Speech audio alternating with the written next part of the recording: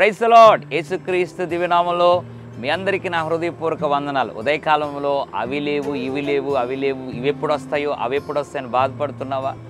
ఈ ఉదయకాల సమయంలో దావీదు అనబడిన భక్తుని జీవితంలో నుండి ఒక అద్భుతమైన మాటను దేవుడు జ్ఞాపకం చేయాలని ఆశపడుతున్నాడు. మనందరికీ తెలిసినటువంటి కీర్తన 23వ అధ్యాయం 1వ వచనం, యెహోవా నా కాపరి, నాకు లేమి కలగదు. ఉదయకాల సమయంలో ఏవైతే నీకు లేవో ప్రస్తుతం నాకు తెలియదు, కానీ దేవుడైతే నీలో ఉన్నాడు, నీతో ఉన్నాడు, నీ కుటుంబంతో ఉన్నాడు.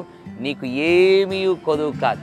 సమస్తము సమృద్ధిగా దేవుడు దయచేయబోతున్నాడు. ఒకవేళ ఆలస్యమైన అద్భుతం చూస్తావు. అవి లేవు ఇవి లేవని బాధపడద్దు. దేవుడు నీ కాపరిగా ఉన్నాడు. సమస్తం నువ్వు అడుగు వాటికంటే, ఊహించు వాటికంటే ఇస్తాడు. నీ జీవితాన్ని ఏ కొదువ లేకుండా చేస్తాడు. నీ కుటుంబాన్ని, నీ వ్యాపారాన్ని, నీ పరిచర్యను, వస్తువులు కావచ్చు, ఏదైతే నాకు తెలియదు, నువ్వు దేవుని ఏదైతే అడిగావో అన్నిటికంటే, అడిగిన వాటి అన్నిటికంటే అత్యధికంగా ఇచ్చి కొదువ కొరత లేని బ్రతుకును దేవుడు నీకు అనుగ్రహించబోతున్నాడు. అట్లు అనుగ్రహించును గాక. పరిశుద్ధ తండ్రి నీకు వందనాలు. యెహోవా నా కాపరి, నాకు లేమి కలుగదు అనే వాక్యం బట్టి మాతో మాట్లాడేందుకు స్తోత్రం.